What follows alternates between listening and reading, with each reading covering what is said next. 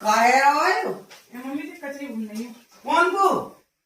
अपने में भून नहीं, मेरा मन तो कर रहा तो था। मैं कही ना कि सिलेंडर पे कुछ ना हो गैस पर रिश्तेदार आ जा कोई जब यूज होगी मम्मी जी दोपहर के 12 बजे हैं, 12 बजे चूल्हे पे चढ़ूंगा। चूल्हे पे चढ़ो चूल्हे पे करो और क्या जरूरत है भूनने की। मैंने 100 बार नो कह दिया गैस ना चलेगी बंद कर गैस है। आग तो लगी, तेल और रिफाइंड में आग तो लगी रही है, चूल्हे पे चल रही है, मिल भी ना रही गैस। गैस पे लग जाए